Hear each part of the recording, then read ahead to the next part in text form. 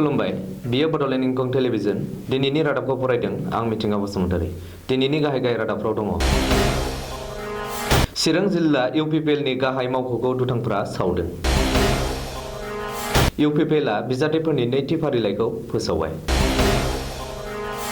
कर'ना भाइरासनि थाखाय खानि हेंथा सोमावसारनायखौ दोनथ'बाय बिपिएफनि खावलायनायखौ नेवसिनानै बिजेपिआ बिजाथि फोसावबाय सिजिआइ रन्जन गगैखौ रायजो सभानि सोद्रोमा सायख'बाय बिटिसि बिसायख'थिनि सिगां उदालगुरियाव गोबांथार बिबांनि हाथियार बोखांदों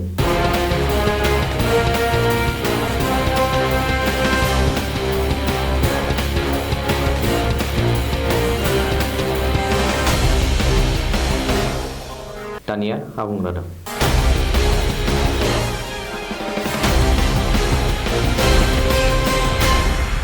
काजलगावआव थानाय चिरां जिल्ला इउपिपिएलनि गाहाय मावख'खौ थांनाय हराव सिनाय मोनै दुथांफोरा सावलांबाय मिथिनो मोननाय बायदिब्ला काजलगाव बियाबनि सिङावनो बेंटल गेटआव थानाय इउपिपिएल दालाइ आफादनि मावख'खौबो थांनाय हराव सोरबा सावना गालांदों जाय जाथाया दिनै फुंनिफ्रायनो ओनसोलाव दुंहाव थासारि सोमजिहोदों इउपिपिएलनि गाहाय मावख' सावनाय बे हिंसायारि जाथायखौ बर'जों बर'नो खालामदों होननानै दोलोनि सोद्रोमाफोरा दाबि दैखांदों आरो हेंथा दोलो बिपिएफखौ आसि थुदों अदेबानि बावैसो सिगाङावनो काजलगाव बियाबनि सिङावनो बेरहांगावआव थानाय इउपिपिएल दोलोनि मावख'खौबो दुथांफोरा सावना गालांदोंमोन मख'नो गोनांदि फैबाय थानाय बिटिसि बिसायख'थिखौ लानानै बे समाव बड'लेण्ड ओनसोलावनो बिसायख'थिनि दुंहाव बारहावा बारगासिनो दंब्लाबो बायदि हिंसायारि जाथायफोरा चिरां जिल्लायाव दुंहावसिन खालामनायखौ नुनो मोन्दों 4 एप्रिल खालि खुंजानो गोनां बिटिसि बिसायख'थिनि थाखाय प्रमद बर' दैदेननाय इउपिपिएल दोलोआ बिजाथिफोरनि नैथि फारिलाइखौ फोसावबाय नैथि फारिलाइयाव गासै सा 16 बिजाथिफोरनि मुंखौ फोसावदों इउपिपिएलआ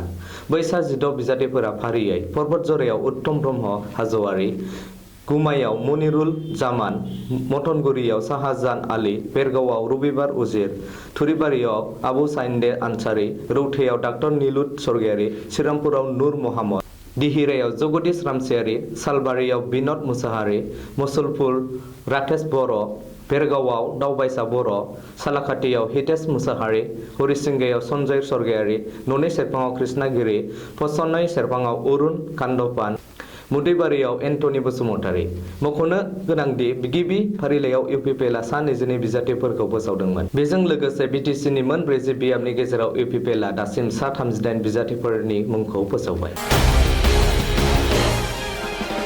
मुलुगनाङै गिख्रंथाव महर लाना साग्लोबनाय कर'ना भाइरासनि थाखाय नोगोरारि सोदांनाय आयेन एबा खानि हेंथा सोमावसारनायखौ दोनथ'बाय आसु आरो एजेवाइसिपिआ मोन्नैबो आफादा गुवाहाटी नोगोरमायाव जथुमनानै खानि हेंथा सोमावसारनाय हाबाफारिखौ दोनथ'नायनि बिथांखि लायो बबेखानि सुबुं थुबुरमा दिन्थिफुंनाय सोमावसारनायनि सोलाय खानि हेंथा सोमावसारनायखौ लांबाय थानो थाखाय मोन्नैबो आफादा आलादा राहा लादों होन्नानैबो मिथिनो मोन्दों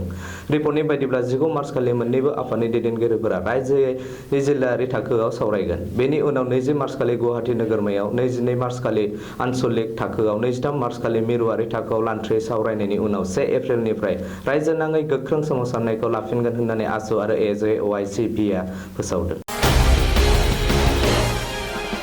फैबाय थानाय बिटिसि बिसायख'थियाव जथायारि दोलोआ खौसेयै बिसायख'थि गेलेनो बिपिएफआ गले खावलायनायखौ नेवसिनानै बिजेपिआ बिजाथि फोसावबाय गिबि फारिलाइयाव बिजेपिआ सा 21 बिजाथिफोरनि फारिलाइखौ फोसावदों बिजेपिनि बिजाथिफोरा फारियै गुमा नीलेश्वर रय फकिराग्राम उरुप कुमार दे सुबाइजार लक्षिनाथ बसुमतारी मानास सेरफां शिबनाथ ब्रह्म थुरिबारि अबिराम महानायक मथनगुरि गौतम दास दिहिरा कनस्टेन्ट टिक्री बागानपारा आरती बरदलै दरंगाजुलि देबेन बर' नाग्रिजुलि धर्मनारायण दास गयबारि हेमन्त राभा सुक्लाय सेरफां रनेन नार्जारी गरेश्वर जगेन्द्र बर' खैराबारि भबेन्द्र बर' भेरगाव फटिक कछारी न'नि सेरफां सन्जित तान्ति मुदैबारि दिगन्त बरुवा हरिसिंगा रिन्जय बर' भैरबकुन्दा बिरदाव बसुमतारी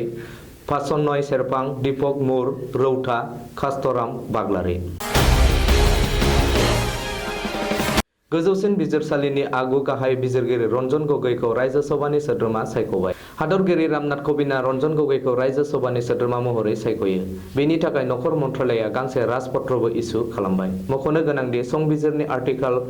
80 नि सिङाव हादरगिरि रामनाथ कविना आगुनि सिजिआइ रन्जन गगैखौ रायजो सभानि सोद्रोमा महरै सायख'दों बेखौबो मख'नो गोनांदि संबिजिर आर्टिकल 80 जोहै हादरनि हादरगिरिया सा 12 सोद्रोमाफोरखौ रायजो सभायाव सायख'नो हानाय गोहो दं बे गोहोखौ बाहायनानैनो रन्जन गगैखौ हादरगिरिया रायजो सभानि सोद्रोमा महरै सायख'यो। बिटिसि बिसायख'थिनि सिगां उदालगुरि जिल्लानिफ्राय गोबांथार बिबांनि हाथियार आरो गुलि बारुदखौ रैखाथि बिफाना बोखांनो हादों। रैखाथि बिफाना थांनाय हराव उदालगुरि जिल्ला 1 नं बान्दरगुरि गामियाव बे अपारेसनखौ खालामदोंमोन। मिथिनो मोननाय बायदिब्ला बे अपारेसनाव गंसे AK-56 राइफल, थर-जिनै गोगो गुलि, गंसे रकेट लान्चार, 4 रकेट, 40 थर 36HE ग्रेनेड, मोन 112 डिटोनेटरफोरखौ रैखाथि बिफाना बोखांनो हायो। बबेखानि थांनाय हराव रैखाथि बिफाना अपारेसन खालामनानै हाग्रा गेजेराव दोनखुमानाय हाथियारफोरखौ बोखांनो हायो होननानै मिथिनो मोनदों। दिनैनि रादाबा एसेनोसै। गोजोन्थों।